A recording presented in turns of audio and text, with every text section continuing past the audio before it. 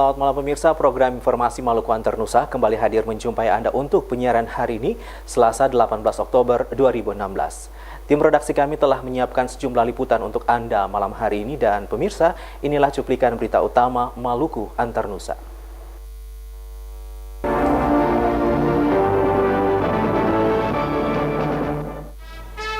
Pencarian korban hilang akibat terbakarnya speedboat Bintang Fajar di Teluk Jailolo, Maluku Utara masih terus dilakukan. Masyarakat Seram bagian timur mengalami kesulitan menuju Bandara Kufar akibat sejumlah jembatan yang rusak dan putus. Pemerintah Kota Ambon lakukan rapat guna mengkaji nasib ratusan pegawai honorer kategori 2 di Kota Ambon.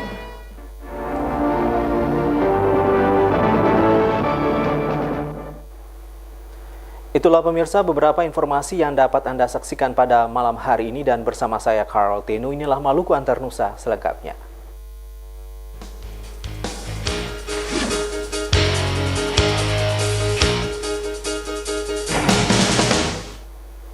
Pemirsa, tim Basarnas masih terus melakukan pencarian terhadap 2 korban hilang akibat terbakarnya speedboat Bintang Fajar di Teluk Jailolo, Halmahera Barat, Sabtu pekan lalu. Sementara 9 korban lainnya saat ini masih dirawat intensif di Rumah Sakit Umum Daerah Jailolo.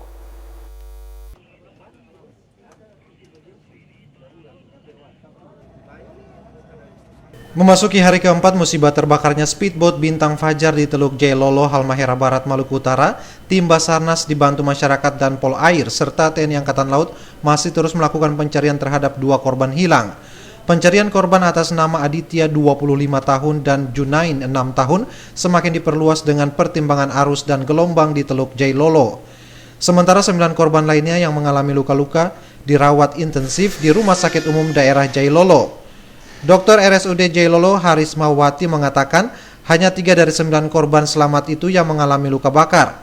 Sementara 6 orang lainnya trauma akibat kejadian tersebut. Sementara beberapa pasien lainnya sudah kembali ke rumah. Korban yang kemarin kecelakaan speedboat, yang jumlah yang masih di rumah sakit yang dari UGD ada 39 orang, yang meninggal 4 orang, yang dirawat inapkan itu ada 14 orang, yang rawat jalan ada 23 orang. Ya, yang sekarang tersisa sampai sekarang yang dirawat inap ada 9 orang, yang terdiri dari luka bakarnya 3, sisanya itu hanya shock saja. Speedboat Bintang Fajar rute Jailolo Ternate Sabtu lalu terbakar di Teluk Jailolo. 4 orang meninggal dunia dalam kejadian tersebut, sementara 2 lainnya dinyatakan hilang. Speedboat naas itu membawa 41 penumpang. Diduga kebakaran terjadi akibat arus pendek di bagian belakang mesin. Dari Jailolo, Rusdi Samsi melaporkan. Seorang ayah di Kota Ambon tega memperkosa anak kandungnya sendiri berulang kali. Bahkan pelaku mengancam korban dengan pisau bila memberitahukan peristiwa itu.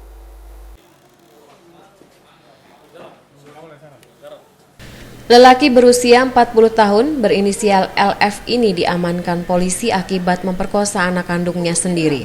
Korban berusia 16 tahun namun sudah tidak lagi mengenyam bangku pendidikan alias putus sekolah. Pelaku mengancam korban dengan sebilah pisau bila memberitahukan peristiwa itu kepada orang lain. Peristiwa terbongkar setelah paman korban mengetahui kejadian yang menimpa keponakannya itu pada Sabtu kemarin. Ibu korban yang tidak terima atas perlakuan itu langsung melaporkan ke aparat kepolisian. Penyidik Unit Perlindungan Perempuan dan Anak Polres Pulau Ambon dan Pulau Lease sementara masih melakukan pemeriksaan terhadap pelaku dan korban. Diduga pelaku melakukan perbuatan bejat itu lebih dari 1 kali. Dan itu kan sudah lakukan berulang kali. Dia tidak berani lapor karena diancam. Kalau lapor ya pasti ditikam. Nah, kebetulan ini ada pamannya sendiri, Pak Launa. Dia sampaikan ke ibunya, ke saudaranya perempuan ini, anak korban ini. Korban punya orang tua, ibu. Lalu ditanya sama Farida ini. Ternyata memang sudah langsung lapor ke Polres. Pelaku kini mendekam di rutan Polres Ambon. Ia dikenai pasal berlapis tentang perlindungan anak dan persetubuhan terhadap anak di bawah umur dengan kekerasan. Pelaku diancam hukuman maksimal 15 tahun penjara. Christine Sipahelut Kurniawan melaporkan. Rusaknya sejumlah jembatan di Serang bagian timur mengakibatkan akses transportasi menuju Bandar Udara Kufar dan beberapa kecamatan terganggu. Warga kesulitan melewati sungai terutama pada musim hujan.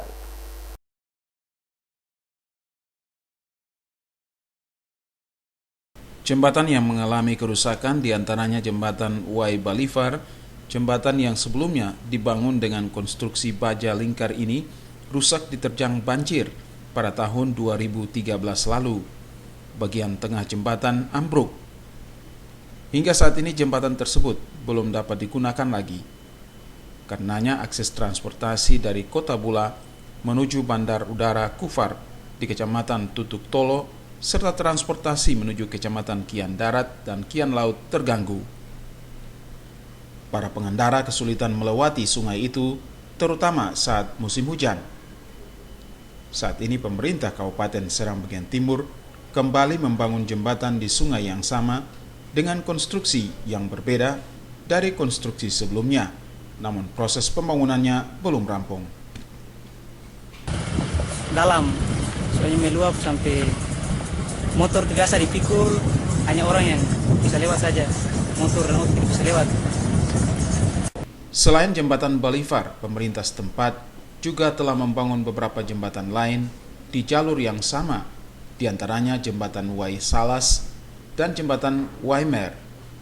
Jembatan tersebut juga dibangun dengan konstruksi baja lingkar. Jembatan itu dipergunakan untuk kendaraan roda 2 maupun roda 4. Dari Kabupaten Serang bagian timur, Mansur Boynau melaporkan. Sementara itu pemirsa, pemerintah Kota Ambon hari ini menggelar rapat guna membahas tuntutan yang disampaikan pegawai honorer kategori 2 saat aksi demonstrasi kemarin. Rapat tersebut sekaligus akan mencari solusi guna menyelesaikan nasib 500 lebih tenaga honorer kategori 2 di Kota Ambon. Aksi demo yang dilakukan pegawai honorer kategori 2 di kantor Wali Kota Ambon kemarin disikapi pemerintah Kota Ambon dengan menggelar rapat hari ini. Rapat tersebut akan membicarakan solusi yang nantinya diambil bagi 500 lebih tenaga honorer kategori 2 di Kota Ambon. Hal itu disampaikan Sekretaris Kota Ambon AG Latuheru. Latuheru berharap rapat tersebut akan menghasilkan jawaban bagi nasib para tenaga honorer kategori 2 yang hingga kini belum juga diangkat menjadi PNS di Kota Ambon.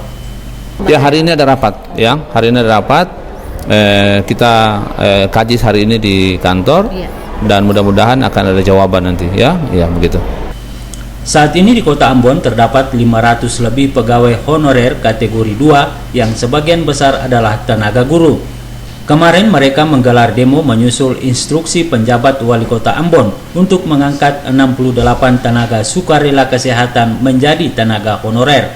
Sementara nasib tenaga honorer kategori 2 di Kota Ambon sampai saat ini belum ada kejelasan.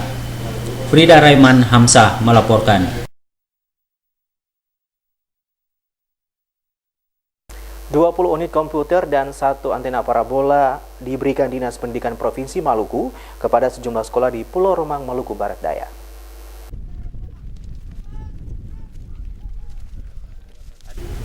Bantuan komputer dan parabola itu untuk menjawab permasalahan yang dihadapi anak-anak Pulau Romang terhadap kebutuhan sarana informasi dan telekomunikasi.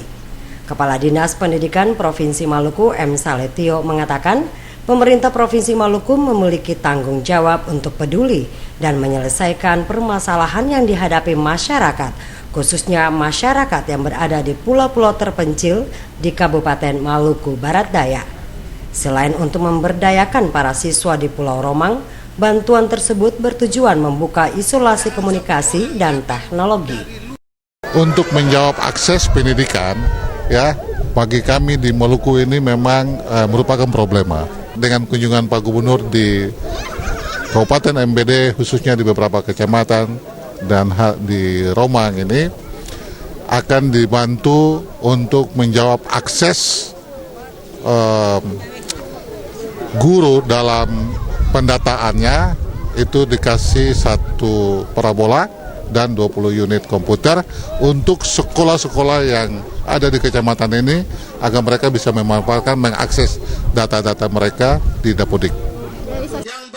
Pada pertemuan Gubernur Maluku dengan masyarakat di Pulau Romang, Maluku Barat Daya beberapa waktu lalu dikemukakan sejumlah persoalan, antara lain pendidikan. Masyarakat Romang juga menginginkan adanya kapal laut yang dapat menyinggahi pelabuhan Desa Hila. Pasalnya, selama ini untuk menuju ke ibu kota Kabupaten Maluku Barat Daya ataupun pulau-pulau tetangga, mereka harus ke pelabuhan Desa Jerusu yang berjarak kurang lebih 3 km dari Desa Hila. Devi bin Umar, Ongen Limba melaporkan.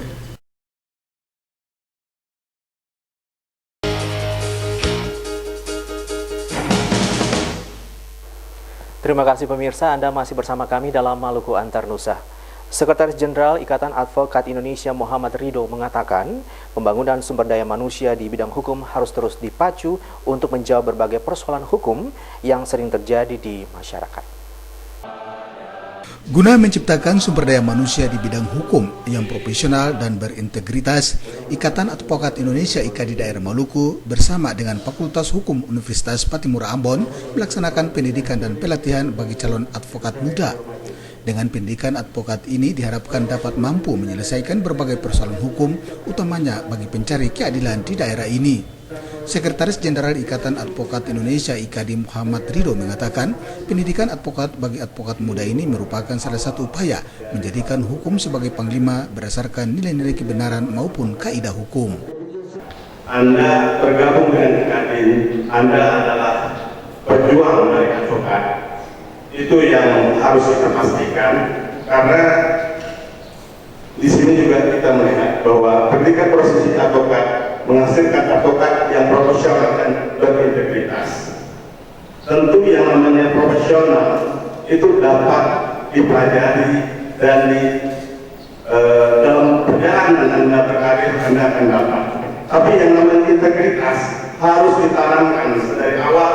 Dari sekarang adalah Anda adalah advokat IKADI, Anda membawa beban sejarah, dan ke depan Anda akan dipertanyakan sejauh mana integritas Anda, moral, attitude Anda sebagai seorang advokat IKADI. Pendidikan dan pelatihan bagi calon advokat muda direncanakan mulai berlangsung dari tanggal 17 Oktober hingga 10 November mendatang di Aula Fakultas Hukum Unpati Ambon. 54 advokat calon muda mengikuti pelatihan tersebut. Sementara pemateri berasal dari Fakultas Hukum Universitas Patimura Ambon, pakar hukum serta dari pengurus IKADI, Ikatan Advokat Indonesia Daerah Maluku serta pengurus IKADI Pusat. Dengan pendidikan dan pelatihan advokat ini diharapkan dapat menghasilkan advokat muda yang profesional, berintegritas, dan siap menghadapi setiap persoalan hukum dengan mengedepankan etika dan moral. Abu Sabawa, Cakta Maila melaporkan. Advokat adalah salah satu profesi yang selalu dikelilingi dengan cemooh dan fitnah. Padahal profesi itu menjalankan tugas mulia, yaitu menegakkan supremasi hukum. Mempersembahkan puji dan syukur kehadirat Tuhan yang... Sabtu pekan lalu, advokat Nirahua Latar dan rekan resmi menempati bangunan kantor baru yang berlokasi di Desa Halong. Kantor pelayanan advokasi milik pengacara Nirahua Latar dan rekan ini diresmikan Peradi Kota Ambon. Ketua Persatuan Advokat Indonesia Cabang Ambon, Adolf Saleki mengatakan, advokat adalah profesi yang mulia, walaupun dalam menjalankan tugas sering dikelilingi cemoohan dan fitnah. Untuk menepis opini negatif, seorang pengacara perlu menunjukkan identitas, salah satunya dari penyediaan fasilitas kantor pelayanan. Dengan berdirinya kantor advokat yang baru, Nirahua Latar dan rekan bisa membangun komunikasi dalam menyelesaikan masalah hukum yang diadukan masyarakat. Sementara itu, Mitra Nirahua Latar yang juga Bupati Maluku Tengah, Tuasikal Abua mengatakan, difungsikannya kantor advokat ini semakin mempertegas identitas kantor hukum dan menggambarkan keprofesionalan seorang pengacara atau penasihat hukum. Pengacara harus memiliki fasilitas yang jelas agar akses komunikasi dengan mitra lebih terbuka. Kantor advokat Nirahua Latar dan rekan beranggotakan 5 advokat yang tergabung dalam organisasi Peradi Kota Ambon. Minggus Noya dan Abdul Yaser melaporkan. Setelah vakum selama 1 dekade, kepengurusan Korpri Kabupaten Seram bagian Barat kembali aktif. Pengaktifan kepengurusan Korpri di Bumi Saka Mesenusa ditandai dengan pelantikan pengurus pekan lalu. Kevakuman kepengurusan Korpri tidak hanya terjadi di Kabupaten Seram bagian Barat. Kondisi yang sama juga terjadi pada sejumlah kabupaten kota di Maluku. Dalam tahun ini, pengurus Korpri Provinsi Maluku menargetkan akan mengaktifkan kembali seluruh kepengurusan Korpri di tingkat kabupaten kota se-Maluku. Penegasan tersebut disampaikan Asisten 2 Setda Maluku selaku pengurus Korpri Provinsi seusai melantik kepengurusan organisasi pegawai negeri di lingkup pemerintah Kabupaten Seram bagian Barat pekan lalu. Asisten 2 Setda Maluku yang saat ini menjabat sebagai Bupati Seram bagian Barat, Ujir Khalid, mengatakan Korpri sebagai abdi negara harus mampu memberikan pelayanan secara maksimal kepada masyarakat. Pelayanan secara maksimal hanya dapat dicapai oleh seorang aparatur negara yang memiliki kemampuan dan dedikasi yang tinggi. Sebagai pelayan publik dan penggerak roda pemerintahan, anggota Korpri hendaknya senantiasa meningkatkan kemampuan dan integritas pribadi agar mampu menunjukkan kinerja secara maksimal. Dalam tahun ini juga 11 kabupaten kota ini sudah harus memiliki kepengurusan Korpri yang besar. Nah, hari ini alhamdulillah di Seram bagian Barat sudah ada, sehingga kegiatan Korpri yang sudah kurang lebih 10 tahun lalu mandek bisa berjalan seperti biasa. Menghadapi pilkada, Korpri patut mengedepankan sikap netral. Ketua Korpri Kabupaten Seram bagian Barat, Mansur Tuharea, kembali menandaskan agar anggota Korpri tidak memberikan dukungan kepada kandidat tertentu dalam pilkada. Nah, oleh karena itu, ke depan nanti kita berharap setelah dengan adanya pelantikan ini, semua anggota Korpri itu harus sadar dan patuh pada profesi. Ketika profesi sebagai seorang anggota Korpri pegawai negeri Indonesia, apa itu? Dia harus tidur tapi harus ingat bagaimana melayani masyarakat besok. Itu artinya apa? Disiplin masuk kantor, disiplin kerja, dan disiplin pada perintah pimpinan. Itu penting karena memenuhi pada profesionalisme. Korpri harus taat asas, harus tahu akan hak dan kewajibannya sebagai seorang orang abdi negara dan abdi masyarakat. Dalam berbagai perhelatan politik seperti pilkada, posisi PNS yang merupakan anggota Korpri, netralitas mereka seringkali diragukan. Tidak jarang anggota Korpri terlibat dalam politik praktis. Julius Padaunan melaporkan. Pemirsa, pasangan Paparisa Baru berkomitmen mewujudkan Pilkada Damai dan Santun 2017 di Kota Ambon. Tekad Paparisa Baru tersebut akan diwujudkan dengan mengajak seluruh elemen bangsa di Kota Ambon, termasuk tokoh agama dan pers, secara bersama-sama menciptakan pilkada yang santun dan bermartabat.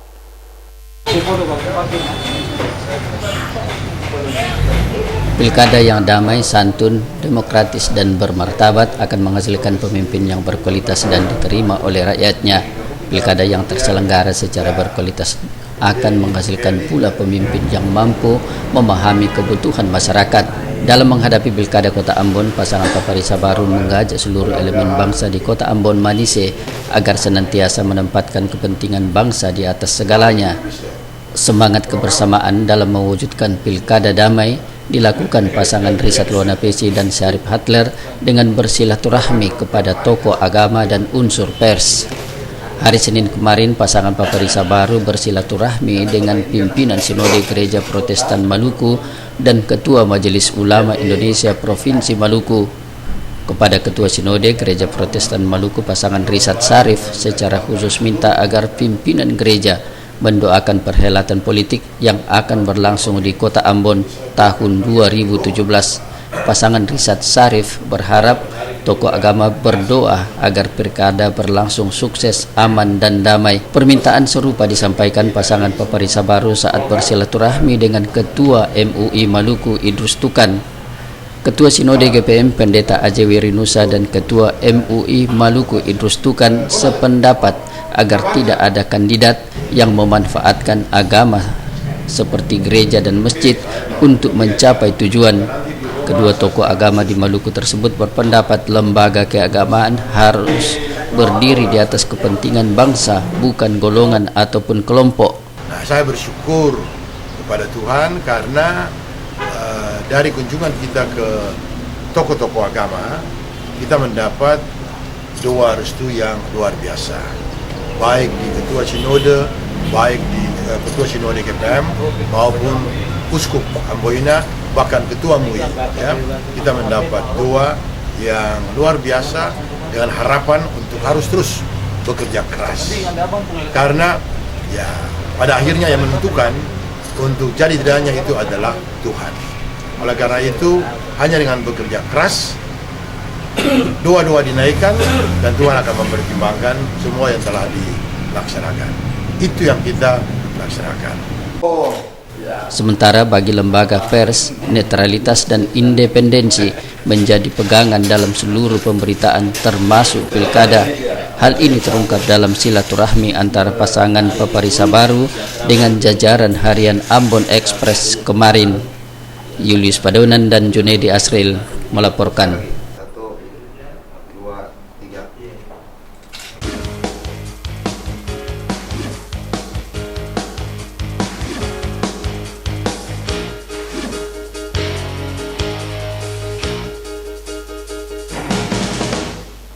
Terima kasih pemirsa, Anda masih mengikuti program Informasi Maluku Antar Nusa. Pasangan Paulus Kastanya dan Sam Latukonsina bersilaturahmi dengan masyarakat di kawasan Jalan Baru, di kawasan Jalan Jenderal Sudirman sore kemarin. Pada pertemuan itu sekaligus dilakukan sosialisasi tentang 4 program pro rakyat yang diusung Pantas. Calon Wali Kota Ambon Paulus Kastanya menyatakan 4 program pro rakyat akan dijalankan dengan mengedepankan kesejahteraan bagi warga kota. Sosialisasi 4 program pro rakyat itu dihadiri puluhan masyarakat dari Tantui, Galunggung, dan Kampung Jawa Desa Batu Merah. Calon Wali Kota Ambon Paulus Kastanya mengatakan peningkatan kesejahteraan masyarakat menjadi tujuan utama dalam program prioritas pro rakyat yang diusung Pantas. Kastanya menyatakan saat ini pelayanan kesehatan di Kota Ambon belum sepenuhnya menyentuh masyarakat bawah atau kaum marginal. Untuk optimalisasi pelayanan kesehatan, pasangan Pantas siap membangun rumah sakit daerah Kota Ambon apabila terpilih menjadi Wali Kota Ambon 2017 nanti. Selain penanganan kesehatan, pasangan Pantas juga akan memberikan biaya beasiswa bagi masyarakat miskin. Hal itu merupakan program yang dapat diwujud nyatakan kepada masyarakat. Kastanya berharap masyarakat Jalan Jenderal Sudirman dapat mendukung program tersebut dengan cara memenangkan Pantas dalam pemilu kada 2017 mendatang. Calon Wakil Wali Kota Ambon Sam Latukonsina menyatakan pencalonan dirinya sebagai calon Wakil Wali Kota merupakan komitmen untuk mengabdikan diri kepada masyarakat di Kota Ambon. Latukonsina menegaskan pasangan Pantas hadir untuk mewujudkan masyarakat Kota Ambon yang sejahtera dengan mengedepankan persatuan dan kebersamaan dalam membangun masyarakat yang rukun dan berkeadilan. Latukonsina meminta masyarakat di kawasan Jalan Jenderal Sudirman dapat bersama-sama memenangkan pasangan Pantas dalam pemilihan Wali Kota dan Wakil Wali Kota Ambon 2017 mendatang. Panile Tahid melaporkan.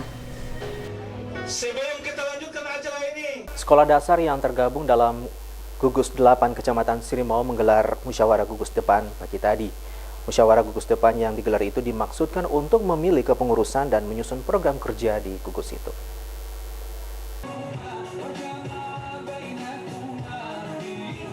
Lembaga pendidikan tingkat sekolah dasar di Kota Ambon saat ini sementara menghidupkan kembali gerakan pramuka di masing-masing sekolah.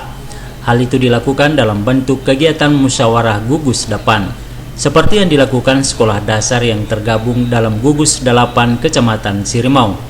Hari ini mereka melaksanakan musyawarah gugus depan dengan mengangkat tema memantapkan organisasi gugus depan sebagai satuan pendidikan guna pelaksanaan kegiatan pramuka sebagai ekstrakurikuler wajib di sekolah.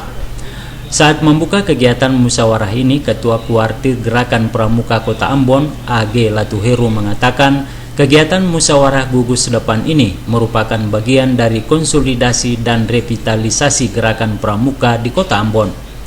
Kuartir Gerakan Pramuka Kota Ambon telah menargetkan langkah konsolidasi gerakan pramuka di kota ini akan berakhir dalam tahun ini. setelah melaksanakan konsolidasi. Langkah selanjutnya yang akan dilakukan terhadap gerakan pramuka di Kota Ambon adalah mendaftarkan setiap anggota pramuka secara online dan menghasilkan pramuka Garuda dari masing-masing cabang. Saat ini di Kota Ambon, kata Latu Heru, belum ada kader pramuka Garuda. Ini sebenarnya rentetan dari konsolidasi pramuka. Karena konsolidasi di gugus depan ini mesti selesai itu Desember. Karena kemudian akan dilanjutkan dengan kegiatan-kegiatan lain. Konsolidasi di Satuan Karya, konsolidasi di perguruan tinggi. Tapi kemudian saya punya cita-cita dan juga andalan cabang punya cita-cita agar di paling tidak di anggota di gugus depan itu ada satu gugus depan atau satu ranting punya satu pramuka Garuda. Kemudian juga saya kita berharap bersama agar gugus depan yang sudah kita nanti gugus lalu kemudian lantik ini sudah kita berikan nomor gugus depannya, lalu seluruh anggota sudah kita berikan itu kartu anggotanya. Ya, gugus depan itu harus didaftar secara online langsung ke Kuarnas. Langkah berikut adalah seluruh gugus depan yang ada di kuartil cabang Kota Ambon, saya berharap sungguh bisa juga mengikuti akreditasi. Ya, ini sebenarnya rentetan dari revitalisasi dan konsolidasi pramuka cabang Kota Ambon. Setelah dibuka secara resmi, musyawarah gugus depan di gugus 8 Kecamatan Sirimo ini akan memilih kepengurusan baru dan menyusun program kerja untuk memajukan gerakan pramuka di gugus 8 Kecamatan Sirimau. Frida Raiman Hamzah melaporkan.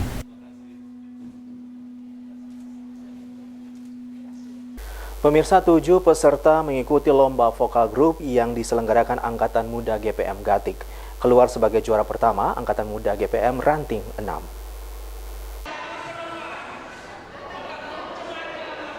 Lomba vokal grup yang diselenggarakan oleh Angkatan Muda GPM Gatik merupakan bagian dari kegiatan-kegiatan lomba terpadu dalam jemaat tersebut. Lomba-lomba itu merupakan program jemaat dengan melibatkan semua unsur dan wadah-wadah pelayanan dalam jemaat. Ketua Majelis Jemaat GPM Gatik, Pendeta Nyonya J. Sainima mengatakan, umat hendaknya memupuk kebersamaan secara ikhlas dan tulus. Kegiatan-kegiatan seperti lomba vokal grup itu merupakan salah satu bentuk nyata dari kebersamaan itu. Program itu bukan dilaksanakan untuk mencari popularitas dan kebanggaan individual maupun kelompok. Intinya adalah lewat kidung-kidung yang dinyanyikan, nama Tuhan semesta alam dipuji dan dimuliakan. Selain lomba vokal grup, sebelumnya telah dilaksanakan sejumlah kegiatan dalam jemaat. Puncak dari seluruh kegiatan itu adalah hari ulang tahun Pelpri Jemaat GPM Gatik pada 1 November nanti. Lomba vokal grup antar ranting di Jemaat GPM Gatik diikuti 7 peserta. Tampil sebagai juara pertama dalam lomba itu adalah AM GPM Ranting 6, juara 2 AM GPM Ranting 5, dan juara ketiga AM GPM Ranting 7. Riki Nikulu melaporkan.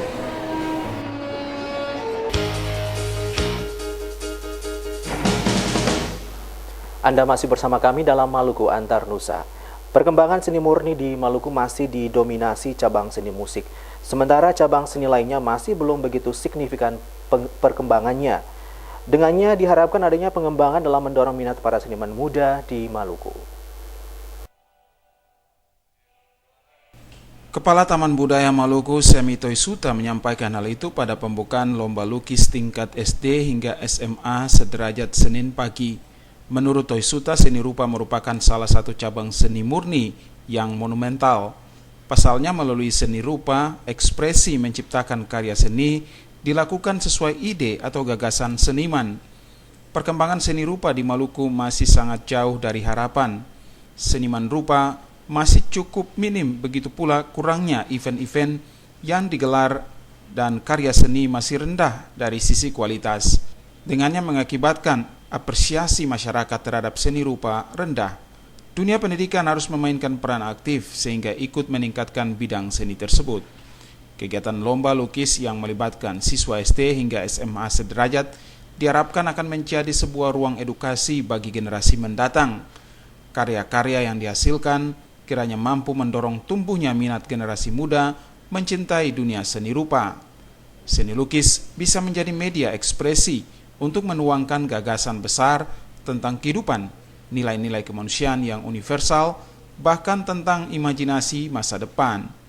Lewat ekspresi seni yang dituangkan ini juga dapat menjadi media kritik terhadap perubahan multidimensi yang di dalamnya termasuk kritik pemerintah.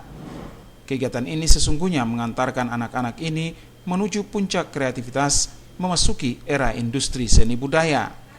Dunia pendidikan sejatinya berada dalam sinergitas tinggi untuk menghasilkan generasi muda yang berbudi pekerti, sehingga pada waktunya mendorong terjadinya inovasi di bidang seni budaya. Melki Latusaule, UNGA, melaporkan.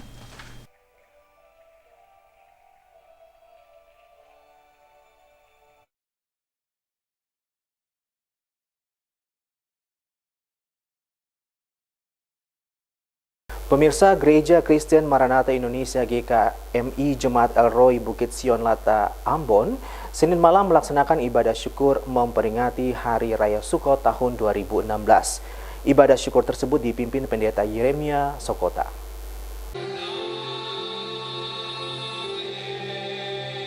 Berbagai kidung pujian dinaikkan sebagai ungkapan syukur menandai dimulainya Hari Raya Sukkot 5777 tahun 2016. Kelahiran Yesua atau Tuhan dalam kalender Gereja Kristen Maranatha Indonesia atau GKMI di Jemaat El Rohi Bukit Sion Lata Ambon merupakan satu peristiwa penting di mana Yesua lahir di bulan Oktober sebagai Sang Juru Selamat dan Penerang dunia. Sebagai ungkapan rasa syukur atas kelahiran Yesua, maka setiap bulan Oktober dalam kalender Gereja Kristen Maranatha Indonesia dilaksanakan ibadah syukur untuk merenungi kembali kisah perjalanan dari Sang Penebus Yesua untuk keselamatan umat manusia. Pendeta R. Yeremia Sokota dalam khotbahnya mengatakan, perayaan Hari Raya Sukkot 15 Tisri tahun 2016 merupakan salah satu peristiwa penting dalam kisah kelahiran Yesua. Dalam ibadah syukur tersebut, Pendeta Yeremia Sokota juga mengisahkan perjalanan Bunda Maria di kota Daud Yerusalem serta proses kelahiran Sang Juru Damai Yesua. Pendeta Sokota menyebutkan dengan ibadah syukur Hari Raya Sukkot tahun 2016, Jemaat El Rohi dapat memaknai kisah kelahiran Yesua sebagai berita penting untuk dijadikan renungan dan motivasi bagi jemaat dalam menapaki hidup yang lebih baik. Ibadah syukur Sukkot 15 Tisri 5777 tahun 2016 dalam penanggalan Gereja Kristen Maranatha Indonesia berlangsung dalam damai dan penuh sukacita. Abu Saubawa Cak Tamaila melaporkan.